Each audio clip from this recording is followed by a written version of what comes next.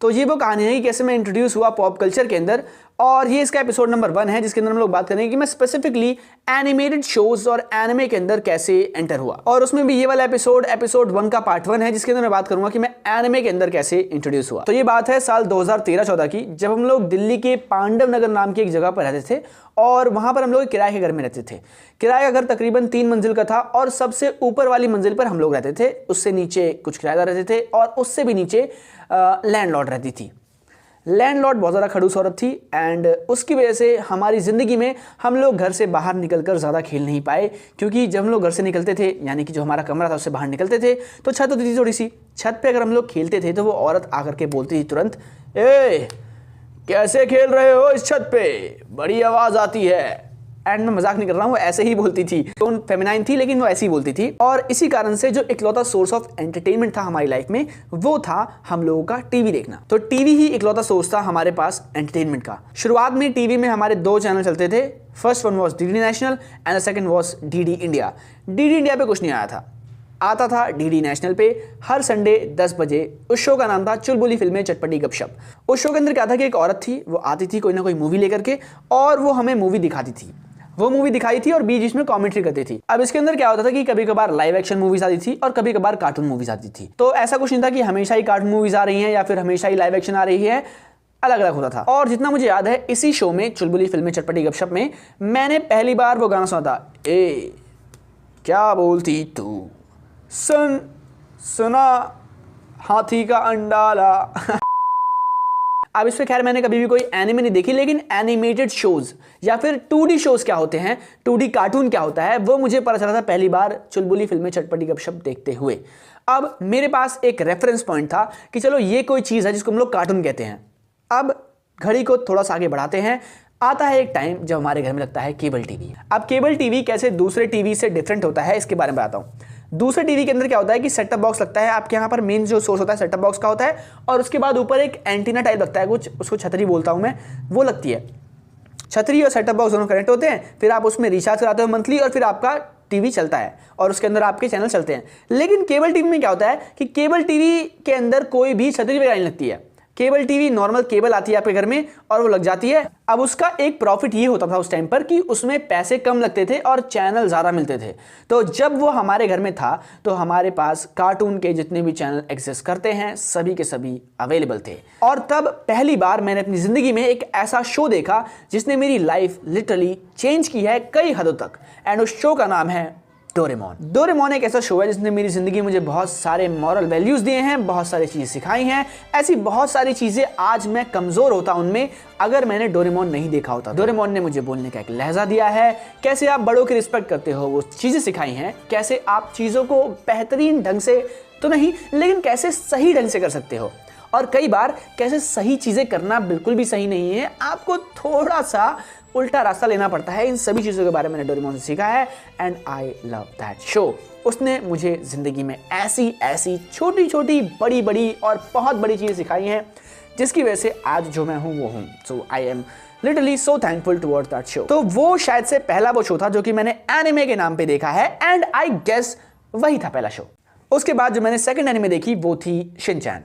Doraemon से मैंने जितनी चीज़ें सीखी हैं उतनी ही, अगर उससे ज़्यादा नहीं तो उतनी ही चीज़ें मैंने सीखी हैं शिनचैन से। शिनचैन भी एक बहुत ही बेहतरीन शो है, उसके अंदर ऐसी बहुत सारी चीज़ें हैं जो कि आपको बहुत कुछ सिखाती हैं। हालांकि उसमें कई चीज़ें ऐसी भी हैं जो कि गलत हैं बच्चों के लिए, लेकिन फिर भी हिंदी डब में उन सबको सही कर दिया गया था and it was very good. And मैं उन सभी लोगों को बहुत ज़्यादा अनलकी मानता हूँ, उन बच्चों को बहुत ज़्यादा मैं अनलकी मानता हूँ। मुझे उनको देखकर तरस आता है जिन लोगों ने अपने बचपन में डोरेमोन शिनचैन जैसे शोज नहीं देखे हैं। You guys literally had a very bad luck, I am sorry but या। तो इस तरीके से मैं एंटर हो गया था एनिमे की दुनिया में। बाय द वे इस टाइम पर, इस पूरे टाइम फ्रेम में एक और शो था जो कि मैं देख रहा था। उस शो ने मुझे इंट्रोड्यूस किया वेस्टर्न कार्टून से and that was none other than Ben 10।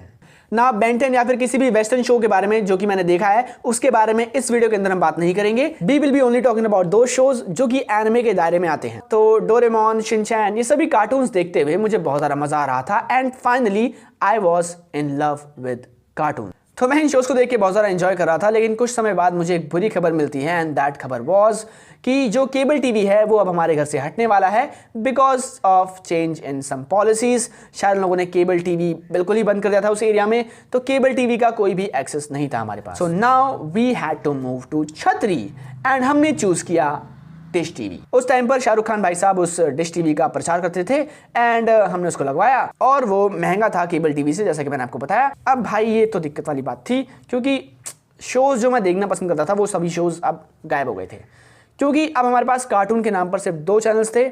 Number 1 was Pogo, number 2 was cartoon network. Cartoon network और पोगो से भी मुझे फिर प्यार हो गया, क्योंकि उसके ऊपर भी बहुत सारे अच्छे शोज आते थे। छोटा भीम से मेरी मुलाकात हुई और भी बहुत सारे शोज देखे, लेकिन उनके बारे में इस वीडियो के अंदर बात नहीं करनी। इस वीडियो के अंदर हम लोग बात कर रहे हैं सिर्फ एनिमे के बारे में। इसके बाद मेरी लाइफ में एनिमे दोबारा एंटर होता है तब जब मेरे घर में डिश टीवी हटता है और लगता है हैथवे। एंड उसके अंदर एक बढ़िया बात ये थी कि उसके अंदर सस्ते में अच्छे फीचर्स मिलते थे, यानी कि अच्छे चैनल्स मिलते थे। साथ ही साथ में कार्टून चैनल्स उन लोगों ने सारे ही दे दिए थे, and it was such a good thing, good gesture bye them. I love. अगर आज तक मुझे कोई कह देगा कि सबसे बेस्ट ऑपरेटिंग सिस्टम टीवी के अंदर तुम्हें कौन सा मिला है, ऑपरेटिंग सिस्टम कहना सही होगा कि नहीं मुझे नहीं पता, लेकिन सबसे अच्छी छतरी कौन सी थी, तो भाई वो हैथवे ही थी, क्योंकि उसके अंदर जो मुझे मजा मिला है वो किसी और के अंदर नहीं मिला है। मतलब वो अब मैं कैसे बताऊं, उस बच्चे के अंदर की फीलिंग्स को मैं तुम्हें कैसे एक्सप्रेस करूं मुझे नहीं पता है, लेकिन Hathway I love you lot. हमें उस जगह से दूसरी जगह पर शिफ्ट होना पड़ा जहां पर मैं आज करंटली रह रहा हूं, and this was a very big change, क्योंकि हैथवे इस जिस एरिया में मैं अभी रह रहा हूं वहां पर वर्क नहीं करता था। Bad luck. तो इसीलिए मैं पहले तो दुखी था बहुत ज़्यादा कि यार अब वो सारे चैनल्स जो मुझे बहुत ज़्यादा पसंद थे, वो शोज़ अब मैं वो दोबारा नहीं देख पाऊंगा। लेकिन ड्यू टू वीडियोकॉन D2H मुझे मिले कुछ नए चैनल्स। वीडियोकॉन D2H भी एक ऑपरेटिंग सिस्टम ही है, ऑपरेटिंग सिस्टम नहीं, छतरी वाला वो है कुछ। उसके अंदर भी बहुत सारे चैनल्स आते हैं। कार्टून चैनल फिर भी कम है हैथवे से, हैथवे तो सबसे बेस्ट था, लेकिन इसके अंदर चैनल्स थे अराउंड 4 चैनल्स थे। Number 1 was cartoon network, number 2 was Nick, number 3 was Sonic and number 4 was Pogo, I guess. Yes, यही 4 चैनल्स थे। एंड ओ माई गॉड, ऐसे शोज से मैं मिला हूं। Super strikers, what a damn great show. Oggy and the cockroaches, तब उस time पर वो निक प्यारा था।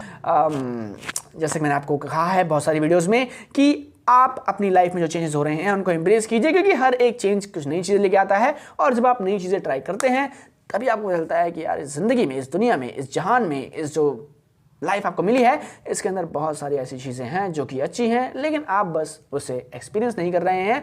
और जब आप एक्सपीरियंस करेंगे नहीं तो आपको पता कैसे होगा कि वो चीज़ या वो वाली चीज़ अच्छी है या फिर बुरी। तो ये वाला फेज भी बहुत बढ़िया तरीके से बीता, एंड आफ्टर दिस फेज एक नया फेज आया, और वो फेज था lockdown. Very sad phase. Lockdown में पैसे की बहुत ज़्यादा तंगी हो गई, तो जो डिश टीवी लगा हुआ था वो गया उड़, खत्म। लेकिन घर में था इंटरनेट, जियो की वजह से एक फ़ोन भी अवेलेबल था, लेकिन फ़ोन मम्मी का था। एक और फ़ोन अवेलेबल था, लेकिन वो फ़ोन पापा का था। दोनों से फ़ोन मांगना इसलिए कि मुझे कार्टून देखने हैं, कभी नहीं मिलने वाला था। तो मैंने क्या किया, मैंने एक नया फ़ोन लिया, कहीं बाहर से नहीं, ऑब्वियसली पैसे तो मेरे पास थे नहीं, लेकिन मेरे घर में एक पुराना फ़ोन पड़ा हुआ था, सैमसंग गैलेक्सी J5, एंड उस फ़ोन की हालत बहुत ज़्यादा बेकार थी, लेकिन मेरे दिमाग की हालत बेकार बिल्कुल नहीं थी।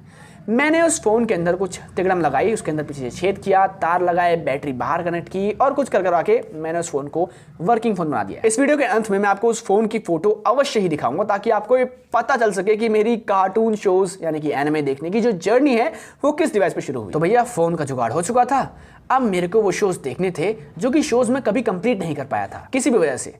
तो पहला शो जो मैंने देखा, animated show, Japanese animated show यानी कि एनिमे, वो था हिडाटन जंप। अगर आपको कोई रिकमेंडेशन लेनी है तो अभी ये शो देखने की रिकमेंडेशन ले लीजिए और इस शो को देख लीजिए, मजा आएगा बहुत ज़्यादा। इसके बाद मैंने देखा बेब्लेड। शुरुआत की मैंने बेब्लेड बर्स्ट से। अब आप लोगों में से कई लोगों को नहीं पता होगा बेब्लेड बर्स्ट के बारे में, कई लोगों को जो टाइसन वाला बेब्लेड था वही सबसे बेस्ट लगता है, लेकिन आपको वो बेस्ट इसलिए लगता है क्योंकि आपने बेब्लेड बर्स्ट सीजन 1 नहीं देखा है। अब इसके बाद मैंने हिंदी डब में जितने भी एनिमे अवेलेबल थे वो सभी देख डाले, and one of the best experiences of my life. Lockdown के टाइम पे मैंने जो किया है, oh my damn god, thank you so much ये डिसीजन दिलवाने के लिए मुझसे। लेकिन यहाँ पर एक दिक्कत आई, और वो दिक्कत ये थी कि कई बार शोज़ मुझे मिलते नहीं थे, क्योंकि वो शोज़ हिंदी में अवेलेबल ही नहीं थे, वो अवेलेबल थे जापानीज में। और मेरे दिमाग में हमेशा से था कि यार मैं जापानीज शोज देखूंगा तो समझूंगा कैसे, कैसे सबटाइटल से कैसे समझ सकता है कोई। लेकिन एक चीज मैं ये भी देखता था कि यूट्यूब के ऊपर जो लोग एनिमे के बारे में बात कर रहे होते थे, उन लोगों ने वो एनिमे देखी हुई होती थी और उन लोगों ने वो एनिमे जापानीज में ही देखी हुई होती थी, या फिर ये लोग बस देख देख के ही मजे ले रहे हैं, इनको समझ नहीं आ रही कहानी कुछ भी। तो मेरे दिमाग में था, तो मैंने डिसाइड किया कि मैं 2 सबसे बेस्ट शोज जो एनिमे के अंदर अवेलेबल है, जो कि कोई भी व्यक्ति अगर एनिमे की दुनिया में घुसना चाहता है तो वो देख सकता है। They will give you the best experience possible. वो थे death note and attack on Titan. देखो मैं थोड़ा सा कंफ्यूज था इसमें, क्योंकि डेथ नोट भी बढ़िया लोग बता रहे थे और अटैक ऑन टाइटन तो देखो है ही पीक। तो मैंने क्या किया कि मैंने अटैक ऑन टाइटन का भी एक एपिसोड डाउनलोड किया और मैंने डेथ नोट का भी एक एपिसोड डाउनलोड किया and I start watching both. सबसे पहले मैंने देखा डेथ नोट का episode and it was kind of nice. उसके बाद मैंने देखा अटैक ऑन टाइटन का एपिसोड। तो अब आप ही लोग बताइए कि इन दोनों शोज के पहले एपिसोड देखने के बाद मेरा क्या मन हुआ होगा कि मैं कौन सा शो कंटिन्यू करूंगा देखना। अगर आपका जवाब डेथ नोट है तो आप बहुत ही ज्यादा गलत हैं। अगर आपका जवाब अटैक ऑन टाइटन है तो आप बहुत ज्यादा सही हैं, because Attack on Titan has the best first episode possible in the medium of anime. और फिर क्या था, Parasyte the Maxim, I want to eat your pancreas, Naruto, My Hero Academia, इन सभी शोज को देखते देखते मुझे एनिमे की दुनिया से कब प्यार हो गया, कब मैं एक अल्ट्रा एंथुसियास्टिक बीस्ट बन गया एनिमे के लिए, मुझे नहीं पता। तो दोस्तों मुझे पूरी उम्मीद है कि आपको ये वीडियो बहुत ज़्यादा अच्छी लगी होगी। अगर आपको ये वीडियो थोड़ी सी भी अच्छी लगी है तो प्लीज़ इस वीडियो को लाइक कर दीजिए। अगर आप चैनल पे नए हैं तो चैनल को सब्सक्राइब कर दीजिए। मैं मिलता हूं आपसे किसी और नई वीडियो में किसी और नए टॉपिक के साथ। Till then keep watching anime, keep spreading love, until next time, bye.